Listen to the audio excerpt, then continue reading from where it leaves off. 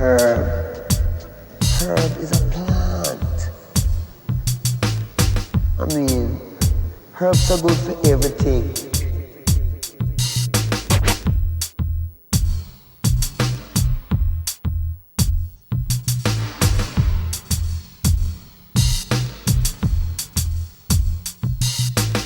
Herb.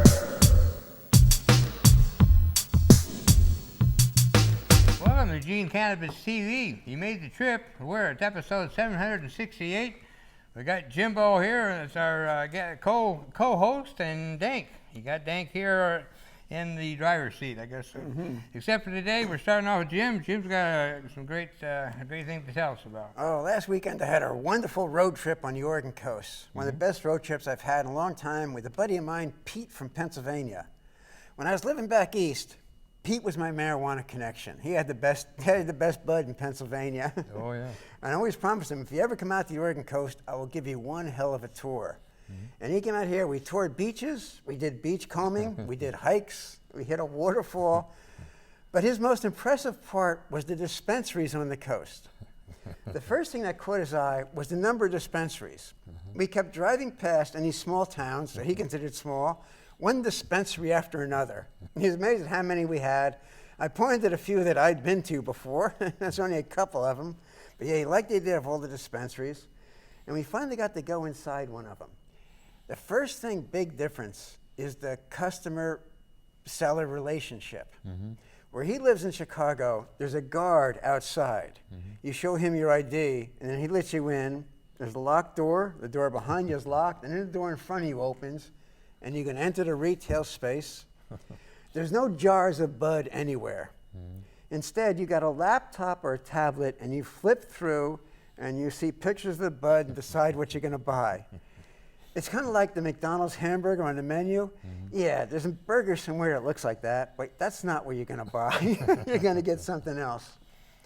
Here he was amazed at a store where there's jars of bud, and they'll open the jar up and take the buds out so you can see them as you're purchasing them. That was something he'd never encountered in Chicago. The first two buds he bought here was the GMO cookies. He also got some Breathwork orange flower. He said they were both $18 for an eighth. He said it would have been $60 in Illinois. Here it's $18. You said what? The same bud would have gone for $60 for an eighth in Illinois. He only gets the really primo stuff. And he's talking about in a state store. Yes, we were at a regular dispensary. No, I know you were, but in Pennsylvania, is that the black market? Or? No, Pennsylvania was always black market when I was there. Okay. But in the dispensaries in Illinois, what we sell for $18, the excellent Breathwork orange, I highly recommend that. It's a good bud. It's $18 here instead of $60. He says, the difference is that you can see it, you can smell it, you can get what you can see in Illinois is all packaged and behind the counter like a pharmacy. There's also security dispensaries here. He says, he also brought gummies. The gummies were $6 for 50 milligrams. Now, I had half a gummy before I went to sleep. I slept well that night. In Chicago, it's $30 for 100 milligrams. Here, it's $6 for 50. Wow. Big price differences. Yeah. The experience in Oregon was awesome, he wrote. Being able to see it in the jar, smell it, and then actually buy the bud. It says here, you're basically paying for a glass jar with stuff printed on it. Other big difference is state taxes. Apparently, Illinois is very highly taxed. Oregon was minimal, or they weren't charging me any tax. That was his impression. They're very minimal. And we thought Oregon was high. Yes. Another thing was growing rules. He says, and here the rules are very simple. We can have personal grows here in Oregon.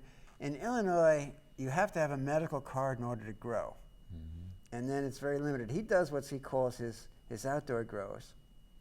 He's got an apartment on, I guess the 10th floor, and he grows on his balcony. He lives in a pretty good neighborhood where no one's going to climb up the 10th floor to get what he's got growing on his balcony. Yeah. But that's his growing space in the city of Chicago. Here's one of the things he's saying about in Illinois, the black market culture. Most people don't like the rules. First of all, in order to grow, you have to have a medical card. If you have a medical card, you can't carry a gun. So you got to decide whether they want a carry permit or a medical card for marijuana. The medical card means you can't have the carry permit. So a lot of his gangster friends with their carry permits are not going to get the medical card. It says in Oregon, they do have lots of they hold underground events. It's like a small, shitty festival with 3 to 6 vendors who are selling cannabis. It's all packaged and looked like it's from California or Colorado. He says it's not the local stuff. They grow it and they package it. They get a D-Day. Sometimes they have strippers too. But he says it's just cheap and stupid weed that nobody really wants. And sometimes they also sell tacos there.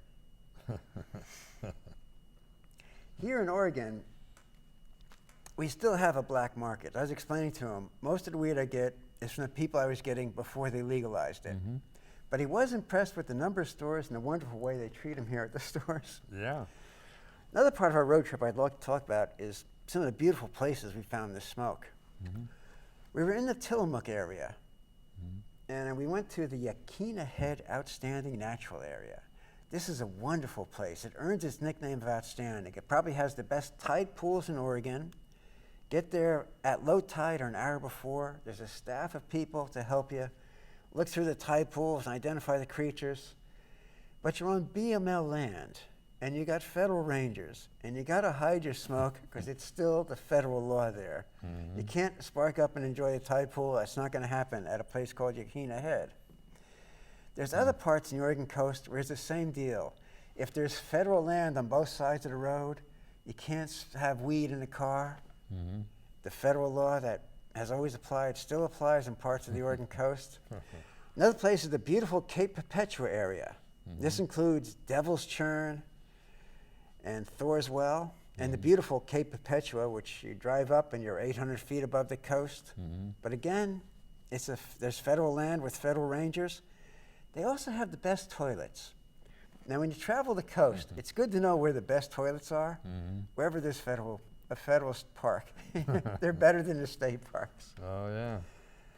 Another place you got to look out with is Oregon Dunes. Mm-hmm. That's also a federal area where they got nice federal campsites, but you can't smoke there. You got to keep your smoke. Got to wait till you're in a state park where you can spark up. The highlight of our trip on the coast was Oceanside. The great place in Oceanside to stay at is the Oceanside Oceanfront Cabins. Very easy to remember. Mm-hmm. We had 2 rooms, a queen bed in each room, full kitchen, a very large bathroom. We're beachfront. You open the windows and you fall asleep listening to the waves at night. You can look out from the kitchen and watch the beach and a beautiful sunset. It's $130 a night, weekend rate. I highly recommend staying there off season. Mm-hmm. Beautiful sunsets. Within a half-block walking distance are 3 wonderful restaurants. One has an ocean view, expensive, nice meals.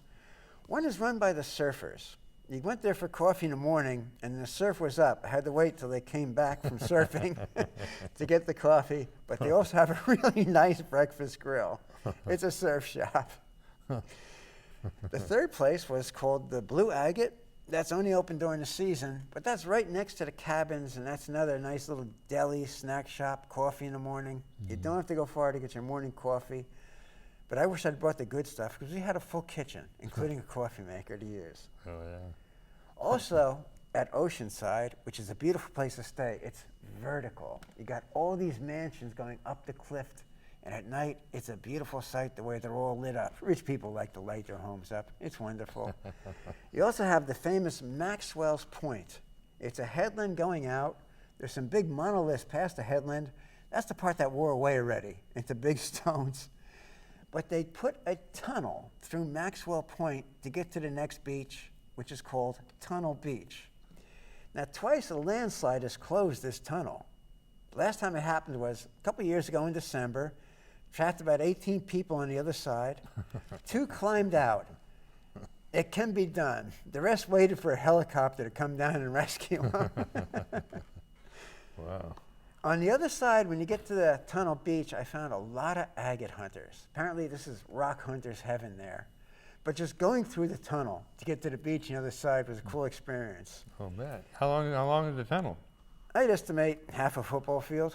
Wow. It's hard because we sparked up a joint, Yeah. and we forgot to bring any lighting device with us. In our cabin is a lantern. I wondered why. Now I know. The lantern's to get you through the tunnel. Yeah. There's logs in the tunnel. I guess the storm came up one day and yeah. actually deposited logs in there. You got to navigate through them. There's some rocks. I did it by touch. Wow. Touch and follow the person in front of you because they were smart enough to bring a light. Yeah. But that's one of the things that makes Maxwell Beach unique. Three Yeah. things, really. You got a great beach with a tunnel. Right now, I recommend the beachfront cabins. The 2-bedroom one was $130. The single one's even less, maybe about $100 a night. Weekend, off-season rate. I can't think of a better bargain on the coast. Yeah. Beautiful people, and you're centrally located on the Three Capes Loop. We went to Cape Lookout. I lost it there. It's 800 feet up. The trail goes, and you go right down from the trail, 800 feet to the beach. I could go no further. I had to back up and get back to the trees. My friend kept going and enjoying the beautiful views. Cape Lookout is wonderful. Oh, yeah. And of course, Cape Kiwanda. Cape Kiwanda up north is the token Sandstead Spit. It's state, so you can spark up there. There's a 220-foot dune. I reward myself with a joint at the top. Every time I go there, I make it to the top of that dune. I stop 3 or 4 times and catch my breath. A warning, when you think you see the top of the dune, when you get there, it's the full summit. You got another 20 feet of elevation to go. Yeah. But it's worth it to be 220 feet above the beach. I experienced that climbing mountains in Alaska. We did climb, and then it's all right. We reached the summit, and then the fog would clear, and there's more. More of the summit, the full summit. Yeah. Well, that's an Oceanside. That's wow. Oceanside, oceanfront cabin. Easy name to remember. Yes. Yeah. And Cape Kiwanda, if you want the $15 hamburger, the Pelican Bay Brewing Company has the $15 hamburger. I inhaled it. It's very good, especially if you got that orange breathweight cannabis to smoke afterwards. Oh, yeah. Good relaxing I bud. bet. Cape Kiwanda, isn't that where they do the hang gliding? Some people hang gliding up there. They also hang glide off. I think that's where my wife Yes. and I were when St. Helens blew, because we Oh. heard it blow. I thought it was loggers up in the mountains working on the logging roads. What I figured it was. We didn't know until later that that's what it was. The mountains, but yeah, we heard it. Now, it must have looked beautiful in 1980, all undeveloped. Yeah. Today, it's a regular tourist trap with I a bet. huge oceanfront resort Yeah. that the people didn't like. They had to build rip-rap rock protection to keep the sand below the resort from being washed out. But I love watching the people slide down. Somebody bring boogie boards with them so they can go down the dune on a boogie board. Oh yeah. That's wow. That's pretty wild. Great. Well, we're about to take our break here. When we come back, we had some great stories. We'll tell you this one here: the perfect CBD to THC ratio. A new study shows 1:1 is the best ratio for therapeutics. Yeah, I hung up that effects. That's something that I've heard over and over again. They talk about CBD. Yeah, it's great.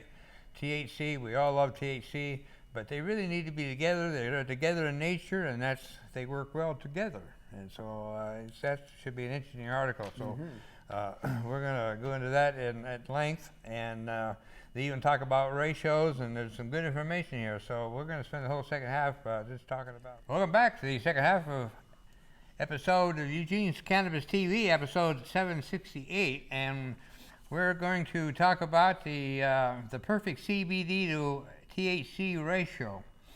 A new study shows that 1:1 is the best ratio for therapeutic. There I go again. Therapeutic effects. This is from cannabis.net, written by cannabis.net. It was on bazinga.com, dated May 4th. Researchers from the University of Colorado's Anschutz Medical Cannabis analyzed the effect of cannabis flowers with almost equal ratios of THC and CBD and its effects on subjects. The study's subjects were tasked to smoke cannabis flower with various ratios which were randomly assigned. These included 24% THC and 1% CBD, 23% CBD and 1% THC, as well as flowers that had almost equal ratios of 10% THC and 9% CBD. After an hour, the researchers measured their effects. They found that the patients who smoked the THC-dominant cannabis and those who smoked nearly equal ratios and those who smoked the flowers with most equal ratios experienced similar positive benefits. The difference was that the participants who consumed samples with nearly equal ratios reported less negative side effects, including paranoia and anxiety. This is one of the first studies to examine the differential effects of various THC and CBD ratios using cannabis flower cultivars that are widely available in state-regulated markets. The present findings suggest that CBD may be associated with an overall reduction of THC exposure and may mitigate the negative psychotomimetic effects of THC without diminishing the effects of THC that individuals report liking, they write. The results of the present study suggest that participants using the THC plus CBD cultivar had significantly lower plasma THC levels and reported less paranoia and anxiety as compared to participants using the THC-dominant cultivar. Importantly, despite these differences, participants in both the THC and CBD and THC conditions reported similar positive subjective effects. The harm reduction implication of those findings is that cannabis cultivars containing CBD may result in less overall exposure to THC and subsequently less potential for harm, particularly with respect to the psychotomimetic effects of THC, they concluded. I started reading the wrong end, but go ahead. Go ahead. Why ratios matter. CBD and THC are the two primary cannabinoids in the cannabis plant. They each have their own properties. THC is a psychoactive compound that is responsible for making you feel high. The more THC a flower product contains, the higher you will feel. But aside from just getting high, THC is widely used for its medicinal properties, such as the ability to induce appetite, treat insomnia, stop nausea, and provide relief from pain. However, the right dose is essential because too much THC can make people feel paranoid and anxious. On the other hand, CBD is non-psychoactive and used for relaxation, insomnia, anxiety, pain, and much more. When the two are combined in various ratios, they enhance each other's beneficial properties synergistically in what is known as the entourage effect. Aside from that, all of us have a different biological makeup, which is why and how you react to CBD may be different from how your friend reacts to CBD, even if you both took exactly the same dose. It has been recognized by scientists that the ideal dose for most people who want to achieve the most therapeutic benefits is an equal ratio of 1.1 THC to CBD. The ratio can help you stay productive without feeling too high, since CBD counters the high effects of THC, while also offering a wide range of health benefits, including pain management, anxiety reductions, and better sleep, among others. Common ratios. When shopping around for cannabis products, those that use a combination of both cannabinoids present various ratios. Here's the most common ratios. 0.1 CBD THC. With no CBD in the product, you'll be able to feel the highs of the THC, which you may find uplifting and euphoric, while reducing stress. If you're one of those people who are sensitive to THC or have a low tolerance, you may be prone to anxiety and paranoia. However, many people prefer it because it provides relief from pain and inflammation while improving energy and mood. 1 to 0 CBD THC, a product that has no THC and will not make you feel any kind of high. Most people who enjoy the relaxation brought by CBD will appreciate these type of products, as they can be mildly sedate while not improving your mood, but helping to reduce anxiety and panic attacks. The 1-to-1 CBD THC ratio. For people who aren't familiar with CBD and THC, this is the recommended ratio to start with. You'll be able to experience the best of both worlds, but also the presence of CBD will negotiate getting too high from the THC. In addition, you'll be able to stay functional and productive. The 1.9 or more, these are the high THC products, which mean you'll be likely experiencing the characteristics that are typical associated with THC. These may be beneficial for people who are suffering from pain, nausea, migraines, lack of appetite due to chemotherapy or radiation, and more. Just keep in mind that it also means you're going to get high. Aside from these, you'll also encounter other ratios in the market, such as 2-to-1, 3-to-1, 4-to-1, and 25-to-1. If you aren't sure where to start, remember that the more CBD it contains, the less THC psychoactivity you'll experience. So if you don't want to get high, excuse me, always opt for a product that has a higher CBD content or equal ratio. Talk to a bud tender at your nearest dispensary to learn about recommendations based on your personal needs. I like talking to the bud tenders. Yeah. Yes. Yes. The ratios are available for many cannabinoid products, from oils to tinctures, edibles, and so much more. Especially when the bud tender is pretty. That's even better. My friend from Illinois was very pleased to talk to the bud tenders. His favorite question was, "What do you really like?" Yeah, oh yeah, you bet. We were also, like, I forgot to mention this, we were driving to one town where it said, ounces, $40. And then a few minutes later, ounces, $35. Finally, ounces, $35. We stopped there, but we didn't want the $30 ounce. Yeah. That's really not the therapeutical. The ratio that they have here, I like to use the CBD oil and then spark up a joint. Mm-hmm. That works for my arthritis. Okay. I combine the oil Yeah. and the weed together. Yeah, I for the arthritis in my hands, I use a high THC lotion from Genesis Farms. Mm-hmm. He's been on our show multiple times, and it works real well. It takes the pain away. The stiffness is still there. That reminds me, I wonder if CBD does anything about the stiffness. Well, when the pain goes, the stiffness goes. Yeah. Yeah, well, that was it. The pain when I get the arthritis in my hands. The only thing anyway, the pain goes right away, but then I still feel the stiffness, which is all right, but it just feels kind of weird. But yeah, I'm glad to get rid of the pain. So, then this is another little quick article that I thought was interesting. New Yorkers with marijuana convictions to be offered first retail licenses. Written by Joe Price. It was on complex.com, dated March 9th, 2022.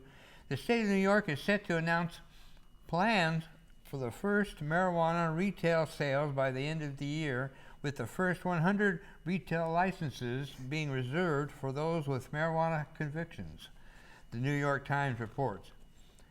Governor Kathy Hochul is expected to announce the policy on Thursday as part of an effort to favor weed-related business ventures in those most impacted by the war on drugs.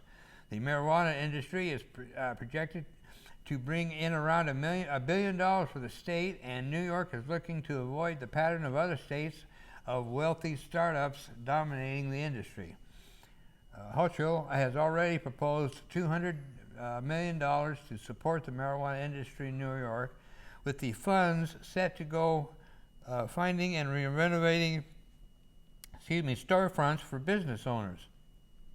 Half of all marijuana licenses in the state, per the passing of recreational marijuana usage and possession last year, have been reserved for women, minorities, struggling farmers, veterans, and individuals who have lived in communities disproportionately impacted by the criminalization of cannabis. Chris Alexander, the executive director of the New York's Office of Cannabis Management, said the state is in a position to do something that has not been done before. He added he expects between 100 and 200 licenses will go to those with marijuana-related offenses before the legalization of the drug, or individuals with a parent, guardian, child, spouse, or dependent with such a conviction. The state also hopes to persuade illegal marijuana dealers to apply for licenses, as many will be considered under the new policy. Alexander said the idea to give priority to equity in entrepreneurs over established marijuana companies would help them compete in what is certain to be a competitive industry. I would press the green button with now and have 40 dispensaries online, said Alexander, but instead we've decided that the folks who have been most impacted will actually have the space and the real runway to participate in a meaningful way. That sounds wonderful. It does. That's amazing. In Northern California, they keep throwing around the figure you need $100,000 to get started, which is obviously catering to the big business. Right, exactly. But this is good. The people who are negatively affected should be first in line. When we were working on legalization, we started off with the medical, and there was a move to try to keep it growers like the first year or maybe the first 2 years of the program would be Oregon residents only. Well, somewhere along the line, somebody got that part out of the bill, and so it never went through. And so, and a lot of us have learned to regret that because the big money, the companies come out of state, big money, and bringing in policies, dumping them on us. So I call them carpetbaggers. Yes. A term from the post-Civil War where people have no interest except to feed off you. Yep. Well, this is amazing. I've got to keep track of this story in particular because this is probably one of the most uplifting and exciting stories, right on category stories that I can remember coming across. So that makes you feel good. And he's right about you could just push the green button. Last time I checked, before COVID, I think we had 60 dispensaries just in the city of Eugene. Yeah. That was pre-COVID. I haven't really checked since the COVID has happened, but I thought that was an amazing number. Yeah, when we first got to dispensaries, I thought to myself, well, it'll be interesting to see how many of them make it the first year. The first year comes by and we got twice as many. It's just, I couldn't believe it. But it's supply and demand, it's simple, it's basic economics. So, well, okay, well, I appreciate you coming in, Jim, and great ideas for the show. I appreciate it so much, and we're here been here for better part of 20 years, so we'll be back again, and we could sure use guests. Come on the show, tell your cannabis story, come in and just watch the production, and we can all meet each other. So anyway, you got Dank here and Jimbo, and we'll see you next time, and be safe, and that's the main thing, be safe. Thank you.